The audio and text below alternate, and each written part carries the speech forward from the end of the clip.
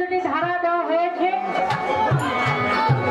এই দুনিয়াতে এসে দেখা যায় আমরা অনেক জাতি হিসেব করি, কিন্তু মূলত যে দুইটি জাতি, এক জাতি হলো মানব জাতি, মানব জাতির মধ্যে হলো দুই জাতি, একটা হলো নর, একটা নারী, একজন পুরুষ আর হলো নারী।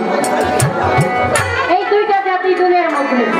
আর হিন্দু মুসলিম বৌদ্ধ খ্রিস্টান এগুলো হলো আমাদের বানানো, কিন্তু জাতি হইল দুইটা, নারী এবং পুরুষ। তাকে সেই সুন্দর দুটি ধারাই বলি আর পালাই বলি, সুন্দর দুটি পালা দেওয়া হয়েছে, নারী এবং পুরুষ। আমি যেহেতু নারী, আমাকে নারীর ভূমিকায় রাখা হয়েছে। আমার ভাই আমি সাহেব যেহেতু পুরুষ, ওনাকে পুরুষের ভূমিকায় রাখা হয়েছে। আজকে যে গান গাচ্ছি আমার মনে হইতেছে আমার সাইডেই আমার দাদি মধুমালা শুয়ে আছেন। আমার মনে হইতেছে যে আমরা যে গান গাইতেছি এই গানগুলো শুনতেছি,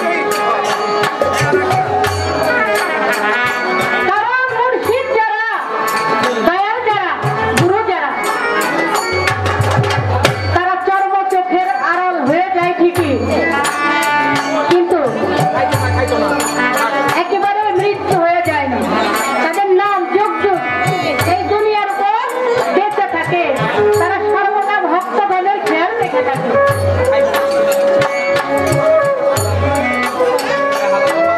আপনারা যদি এইভাবে কথা বলেন আমি কি বলবো? আজকে পালা দিচ্ছে কিন্তু নারী পুরুষ, পালার ধারা আগে বুঝতে হবে যে আমাকে কি পালা দিল। আমার ভাই বলতেছে নারী পুরুষ পালা কিভাবে কোন ভাবে গাইবে আমার বোনই বলবে। নারী পুরুষ পালা কিভাবে গাইতে হয় বোনই জানে, আপনি কি জানেন না? বোনই কি জানে? আপনার কি জানা নাই নারী পুরুষ পালা কিভাবে গাইতে হয়? প্রথমে দাঁড়িয়ে গান রাখলেন কি, জাতি ধর্ম ছেড়ে দিয়ে সরল দেখতে যাও যদি মন মানুষ হতে চাও। আবার এই অন্তরাই আমি শুনলাম কয় জাতি ধর্ম ছেড়ে দিয়ে মা মধুমালার কাছে যাও। পালাটা কিন্তু আপনার পুরুষ, পুরুষের হিসাবটা ঠিক রেখে আপনি গান গাবেন। প্রথম মন পালার কিন্তু প্রথম মন দাঁড়িয়ে আপনি পুরুষের গান কি গাইলেন আমি বুঝলাম না। আমার ভাই তো ওই যে বলে না, উপর দিকে যদি থুতু ফেলে নিজের গায়েই পড়ে, নিজের শরীরেই লাগে। আমি কিছু বলতে পারবো না, আমি কিছু বলবো না, যা বলার আপনারা কিন্তু বলবেন। হ্যাঁ কি বলেন আপনারা? আমি কিন্তু কিছু বলবো না। আমার ভাই মায়া লাগে, চেহারাটা দেখি সবাই, সুরতটা দেখছি, ছায়া দেখলে মায়া বাড়ে, কিছু কইতে গেলেও কইতে পারি না। আমি কিছু বলবো না, আপনারাই বলবেন যদি রং কিছু বলেন। প্রথম গানটা গাইল যদি মন মানুষ হতে চাও, জাতি ধর্ম ছেড়ে দিয়ে মা মধুমালার কাছে যাও। ও ভাই এই গানটা আসলে কি পুরুষের পক্ষে? তাহলে তো আপনাকে পুরুষের বেলা দিচ্ছে। তারপরে গাইল কি আমার দাদার লেখা গান খাজা বাবার নাম। এই গানটা কি পুরুষের ভূমিকায় পড়ে? হয়তো ওনার কাছে পড়তে পারে। আমি কিন্তু পুরুষের বেলা এই পর্যন্ত গানের বয়সে কিন্তু 22 বছর হয়ে যায়, কিন্তু পুরুষের ভূমিকায় এই গান গাইতে আমি দেখি না। আমার ভাইয়ের কাছে হয়তো বা থাকতে পারে। আমি যখন শুনবো ক্লাস 5-এ পড়ি, আমার দাদা মাতার কবির আমার সাথে 2 পালা গান গাইছিল, বলছিল তুই খালি দাঁড়িয়ে আমার যা ইচ্ছা বোকা দিবি, আমি দাঁড়িয়ে গুরু শিষ্যার শরীর আপনার হবে আসছিল। যখন ক্লাস 5-এ পড়ি আমাকে কাদের মধ্যে নিয়ে ভাল পেরেছিলেন ওই মঞ্চের মধ্যে। আমার দাদার কাছে শুনি নাই যে এই পালা পুরুষের পক্ষে চলে। আমি একটু ছিলাম, ভাই বোন আছি, আমরা ঘরের মধ্যে আছি, মঞ্চের মধ্যে ভাই বোন কি করবো আপনারা, তাই না? ভাই বোন কিন্তু ঘরের মধ্যে, মঞ্চের মধ্যে না। মঞ্চের মধ্যে পালা দিচ্ছে, পালা অনুপাতে যে কথা আসছে ওই কথা আমাদের বলতেই হবে। আমি প্যাসরাত ছিলাম কি, তুমি আল্লাহ, তুমি হরি, তুমি গোলাপকে গুছাই, তুমি কালা, তুমি করুন কি ভাইয়ের কাছে প্রশ্ন ছিল সূরা ইখলাসের মধ্যে আল্লাহ প্রমাণ দিচ্ছে আল্লাহ এক অদ্বিতীয়, তিনি কারোর সাথে শরীক হয় নাই। আল্লাহর কোনো বংশধর নাই। তাইলে তুমি আল্লাহ, তুমি হরি। হরির তো বউ ছিল লক্ষ্মী, হরির সন্তানও ছিল। তাইলে আল্লাহর সাথে আপনি হরির তুলনা করলেন, কিভাবে করলেন একটু বুঝাইয়েন তো। বুঝছিলেন না? দাঁড়িয়ে কি কইল? সূরা ফাতিহার 10 নম্বর আয়াতে বলছে যে রাসূল পাকের হাতে হাত রাখলো, আমার আল্লাহই তো সে যেন আমার হাতে হাত রাখলো। আমার রাসূলের হাদিসে বলছে যে একজন কামেল মুকাম্মেল পীরের হাতে হাত রাখলো, সে যেন আমি রাসূলের হাতে হাত রাখলো। আর আল্লাহ তো কইছে যে রাসূলের হাতে হাত রাখলো, সে আমার হাতে রাখলো। এইটা বিষয় আর আপনারা যা জিজ্ঞাসা এইটার বিষয়।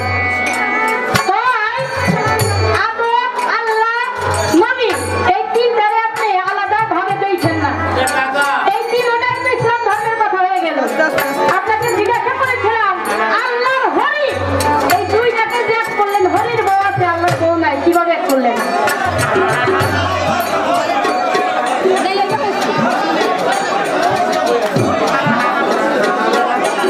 তো যাই হোক, এই সাইডে যারা দাঁড়িয়ে আছেন মাটিকে আপন মনে করি, কারণ মাটিতে কিন্তু মাটির সাথে বিলীন হয়ে যাবে।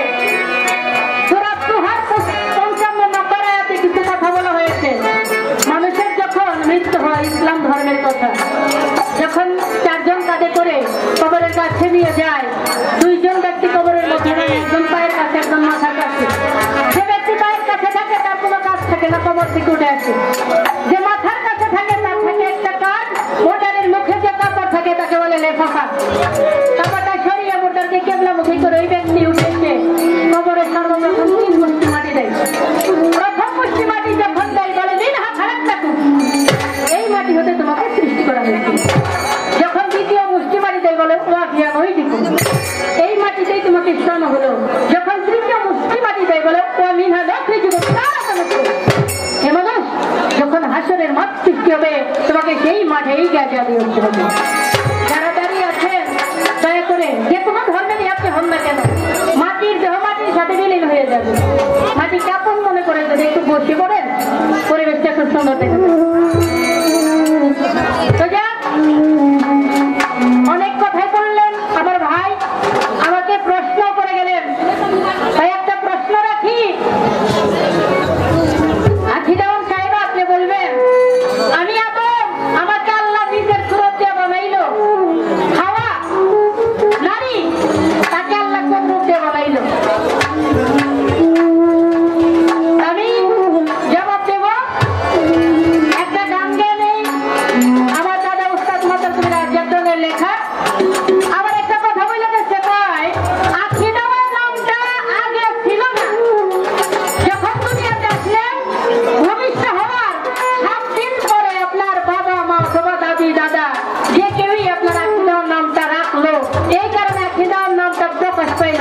তো ভাই আমার মতে কিন্তু তা না, আখিদাউন নামটা কিন্তু আগেই হয়ে আসছে। আমার আল্লাহ পাক যখন রূহ সৃষ্টি করেছে, ওই রূহ জগতে আমার নামটা কি হবে, আমি কিভাবে গুণের মধ্যে প্রকাশ পাবো, এইটা কিন্তু আগে আল্লাহ লেখা রাখছে দুনিয়া সৃষ্টির আগে। আপনি বুঝলেন যে আপনি কোন দিকে কথা বলতেছেন, একটু বুঝতে হবে, লাইনটা ঠিক রেখে একটু বুঝতে হবে কি করতেছেন। তো যাই হোক, একটা নারীর পক্ষ থেকে গান রাখি, তারপর যদি ভূমিকা যান।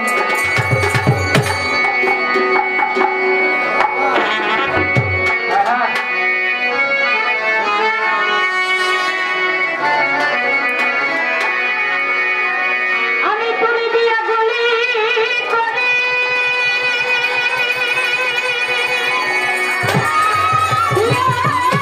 কিছু খেলা পালা আমি এক জাদুরি খেলা, হায় রে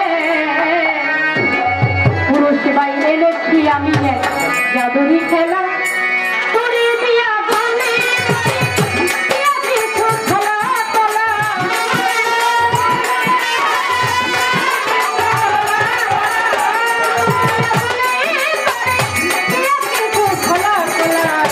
এনেছি আমি এক জাদুরি খেলা, হায় রে এনেছি আমি এক জাদুরি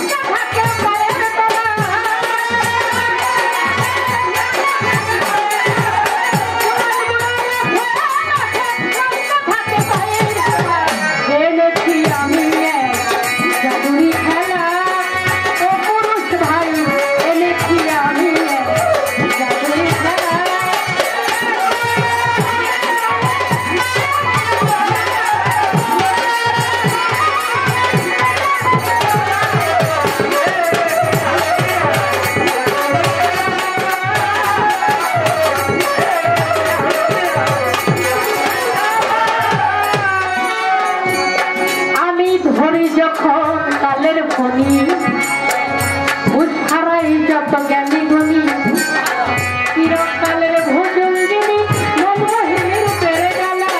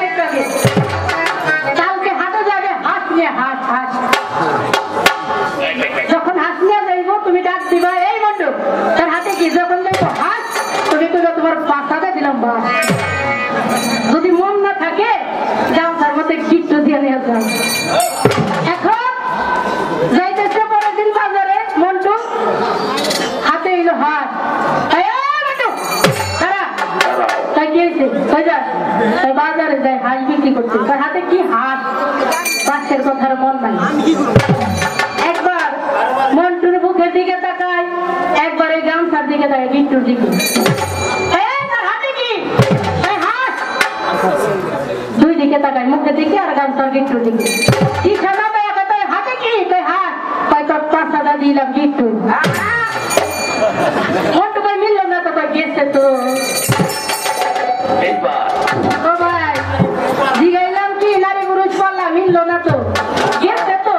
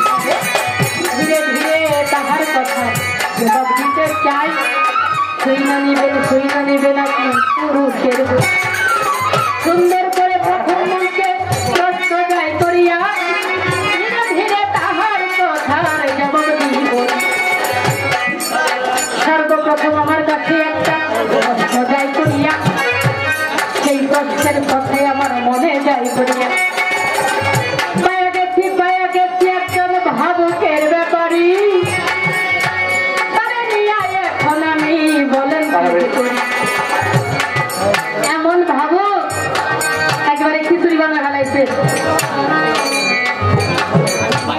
আমাকে প্রশ্ন করে গেছে, আপনি বলবেন আদমকে বানাইলো আল্লাহর নিজ সুরতে, তাইলে নারী মানে হাওয়াকে বানাইলো কি দিয়া? আপনি দাঁড়িয়ে কইবেন আদম কি নারী না পুরুষ? দাঁড়িয়ে বলবেন। আমার কথা একটু বোঝার চেষ্টা করেন আমি কোনটা বলতে চাচ্ছি। আদম যে কিনা আহাদের দল হইল আদম, আদমের কিন্তু প্রকার ভেদ আছে। আদি আদম, বুনিয়াদি আদম, জান্নাতি আদম, শফি আদম, এই যে আদমের প্রকার ভেদ। আল্লাহ যে আদম সর্বপ্রথম সৃষ্টি করলো, এই আদি আদম হলো আহাদের দল। এটা কি নারী না পুরুষ? তারপরে আসলো কি আদম সফিউল্লাহ আদম আলাইহিস সালাম, তিনি দুনিয়ার মধ্যে আসলো পুরুষ রূপে। তার বডিটা যখন ফেরেশতারা বানাইলো, মুখের সূরত দিতে পারে না, তখন কি করলো? যে মিমের পর্দা দিয়ে ঢাকা রয়েছে, একটা পর্দা দিল, মিমের পর্দা, ঢেকে রাখো। ঢাকার পরে তিনি উচ্চারণ করলেন, তোমাদের সামনে কি দেখতে পাও সেরকমই যেন স্রোত রাখি। সামনে ছিল আমার স্বয়ং সৃষ্টিকর্তা, সেই রূপ আদমের রূপ হয়ে গেল। এই কারণে বলা হয়েছে আদমের আল্লাহর সুরতই হলো আদমের সুরত, আদমের সৃষ্টি। তো প্রশ্ন করে এখান থেকে, তাইলে হাওয়ার সৃষ্টিটা কোথায় থেকে? হাওয়াকে বুঝতে হবে। আপনার ভিতরে হাওয়া আসা যাওয়া করে, যার কারণে আপনি বেঁচে আছেন। হাওয়া যদি নাকটা ধরে বন্ধ করে দেয় তাইলে কিন্তু ফুটুস, আমি তো আমার থাকবো না এখানে, গানটা বন্ধ হয়ে যাবো যদি হাওয়া না থাকে। হাওয়া আপনাকে ফাঁসিয়ে রাখছে। আর যদি বলে নারী সৃষ্টি হইল কবে থেকে, সেটার বিষয়ে বলা আলাদা। যে নারী এই মোহিনী রূপে ছিল, নাম ছিল তার হাওয়া, যে বেহেশতের মধ্যে আদমের পাশে বাম পাশে বসা ছিল, আমি ছোট করে জবাব রাখবো, বাম পাশে বসা ছিলেন। আদমকে বানায় যখন আল্লাহ বেহেশত খানায় রাখলেন, আদমের কিছু ভাল লাগে না, মনটাকে মধ্যে নামটাম করে ছটফট করে। আমার আল্লাহ চিন্তা করে আদমের একটু সুখ শান্তি আমি দিলাম, তারপরে ভালো লাগে না, বিষয়টা কি? আল্লাহ নিজে একটা মোহিনী রূপ ধারণ করলো, নিজে একটা নারী রূপ ধারণ করে আদমের বাম পাশে যখন বসলো, আদমটাকে ধরার জন্য কাছে দেওয়ার চেষ্টা করলেন। আল্লাহ নিজেই তো নারী রূপ ধরছিলেন। আদমের সুরত হইল আল্লাহর সুরত, কিন্তু আল্লাহ নিজে নারী চাইতে আদমের পাশে বসছিলেন। আপনি যেদিকে আমার নিতে চাইতেছেন আমি কিন্তু ওই দিলেন না, ওইদিকে কিন্তু আমি যাবো না। আমার পালায় যা আছে, আদমের বাম পাশে আল্লাহ নিজে নারী রূপ চাইতে বসছিল। আদমে কি চাই? যখন চাইতে বসলো, আদমটাকে ধরার জন্য কাছে দেওয়ার জন্য চেষ্টা করলেন। আল্লাহ তখন বুঝলো যে আদমের এটা প্রয়োজন। এই তো আপনার প্রশ্নের জবাব দিলাম, বাতাসে উড়াইয়া এইবার আমি আপনার কাছে যত্ন যাইতে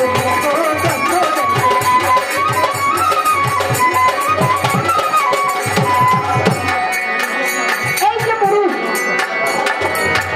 এই পুরুষ এমন একজন নারী ছিল, নারীর অভিশাপের কারণে একজন পুরুষ খার খার হইয়া দইলা পুইরা একেবারে শেষ হয়ে গেল।